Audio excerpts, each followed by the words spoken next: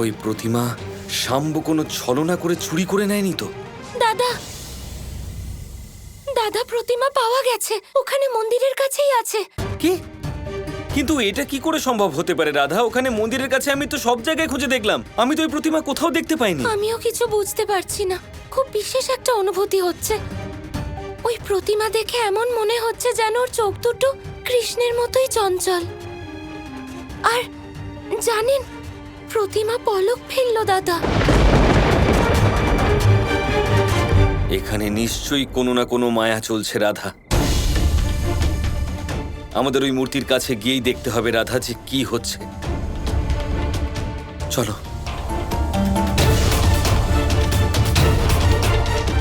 আসুন।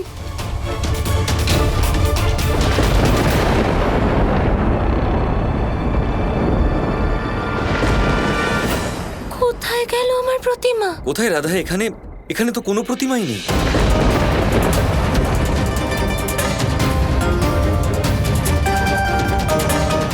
কোথায় গেল প্রতিমা? এখানেই তো ছিল। রাধা, এখানে কোনো প্রতিমা নেই। মনে হচ্ছে তুমি যা দেখেছো সেটা তোমার ভ্রম ছিল।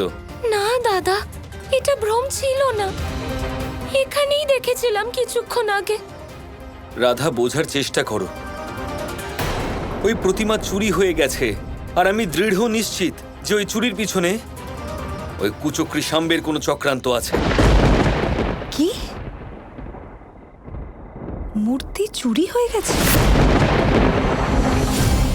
কিন্তু এই মূর্তি চুরি করলো কি?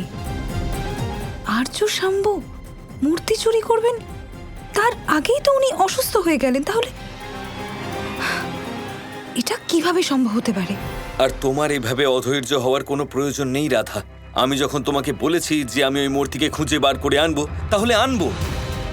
আমি দ্বারকার সমস্ত সেনা নিযুক্ত করবো এই প্রতিমা খুঁজে আনতে। ওরা চারিদিকে খুঁজে ওই প্রতিমা নিয়ে আসবে। আমার কথা শোনো, এই মুহূর্তে তোমার একটু বিশ্রামের প্রয়োজন। দ্বারকায় চলো, ওখানে প্রাসাদে গিয়ে একটু বিশ্রাম করো। দেখো, বিশ্রাম না করার জন্য তোমার এত ভ্রম হয়ে যাচ্ছে। যতক্ষণে তুমি বিশ্রাম করে উঠবে ততক্ষণে ওই মূর্তি তোমার সামনে থাকবে রাধা। না দাদা, আমি বললাম না আমার ভ্রম নয়, আমি নিজের চোখে প্রতিমা এখানে দেখেছি। আচ্ছা ঠিক আছে, তুমি দেখেছো মূর্তি এখানে, কিন্তু এই সময় কিছুক্ষণের জন্য তুমি দ্বারকাতে গিয়ে বিশ্রাম তো করো। না দাদা, আমি কোথাও যাব না। আমি বললাম না এটাই আমার বাসস্থান। আপনি যান, যান, ফিরে গিয়ে বিশ্রাম করুন, কিন্তু আমি আমার প্রতিমা খুঁজে বের করবই। নিজের হাতে আমি ওটা বানিয়েছিলাম। যদি ওটা আমার ভ্রমও হয়, আমি সেই ভ্রম নিয়েই বাঁচতে চাই।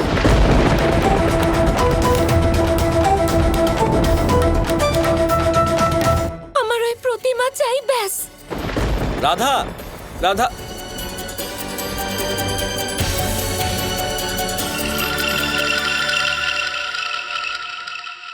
এসব হচ্ছেটা কি? শ্রী রাধার কথা শুনে তো এটা মনে হচ্ছে যে উনি নিজে এই প্রতিমা দেখেছেন। তাহলে তাহলে গেল কোথায় এই প্রতিমা?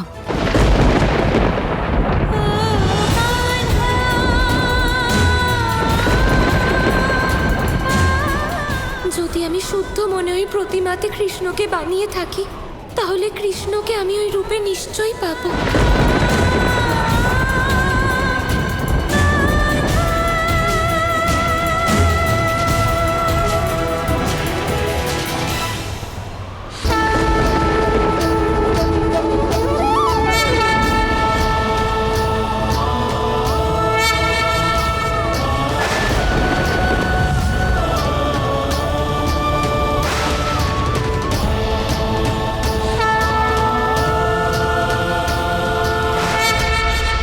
নিশ্চয়ই কোনো দৈব কার্য সম্পন্ন হচ্ছে। সম্পূর্ণ প্রকাশ পৃথিবীর দিকে অগ্রসর হচ্ছে। এটা কি হচ্ছে মহাদেব?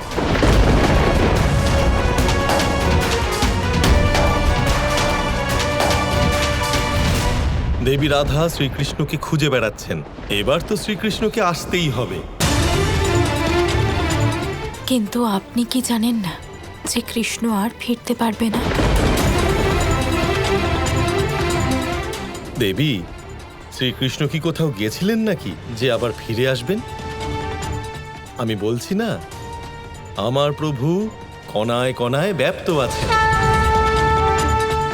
কৃষ্ণ প্রত্যেক জীবের মধ্যে বিদ্যমান আছেন। কৃষ্ণের দৈহিক রূপ যদি লুপ্ত হয়েও যায়, তাও শ্রীকৃষ্ণের আধ্যাত্মিক ভাব সে হল অনন্ত। আর নিজের সেই আধ্যাত্মিক স্বরূপে আমার প্রভু বাসুদেব শ্রীকৃষ্ণ ব্রহ্মাণ্ডে সব সময় বিদ্যমান থাকেন। মহাদেব, একটু সহজ ভাষায় নিজের কথা বলুন, আমি কিন্তু কিচ্ছু বুঝতে পারছি না। গৌরী, বোঝার সরলতম উপায় হল প্রত্যক্ষভাবে দর্শন করা। দেখো,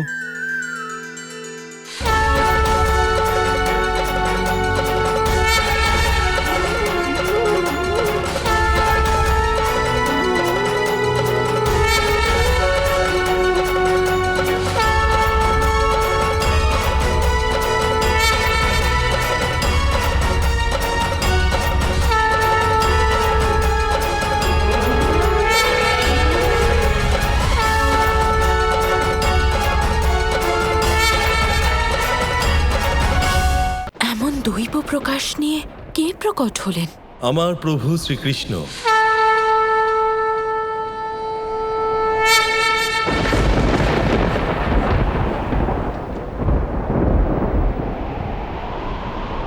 আমার এরকম কেন মনে হচ্ছে যে কৃষ্ণ এখানেই কোথাও আছে?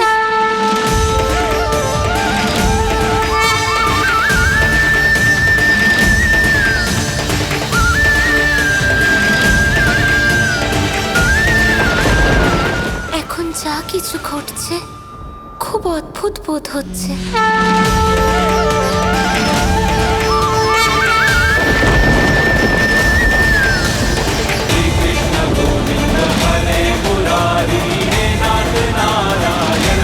কিন্তু কৃষ্ণের এটা কোন রূপ? শীঘ্রই তুমি তোমার সব প্রশ্নের উত্তর পেয়ে যাবে। আর শ্রীকৃষ্ণের এক বিরাট আর অনন্য রূপ আমাদের সামনে আসবে।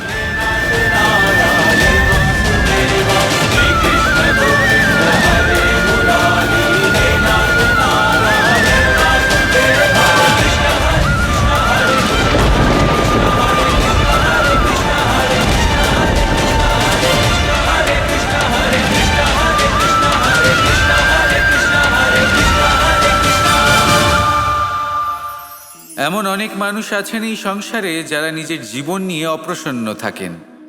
অপ্রসন্ন থাকেন আর বলেন যে আমি জীবনে এই কাজ করার সুযোগই পাইনি, ওইটা করার অধিকারই লাভ করিনি আমি। এবার এই শক্তি, এই অধিকারের বিষয়ে যদি কথা বলি, এটা কিভাবে লাভ করা যায়? এটা তখনই লাভ করা যায় যখন আপনি নিজেকে তার উপযুক্ত করে তোলেন, নিজের দায়িত্বগুলিকে বোঝেন, নিজের কর্তব্যগুলিকে বোঝেন। আপনাকে যদি একটা উদাহরণ দিই, আপনি নিশ্চয়ই একটা দেয়াল দেখেছেন। সেখানে সব থেকে নিচে যে ইঁট থাকে সেটা হলো ভিতের ইঁট।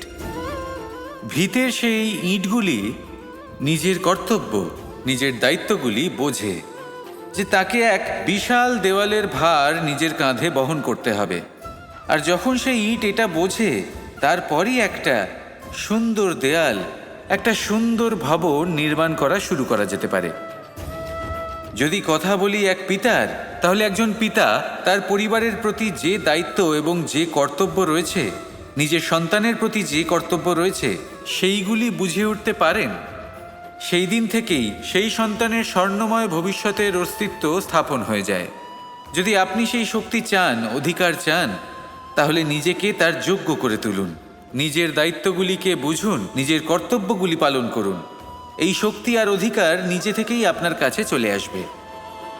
আসুন আর আমার সাথে ভালোবেসে বলুন, রাধা রাধা।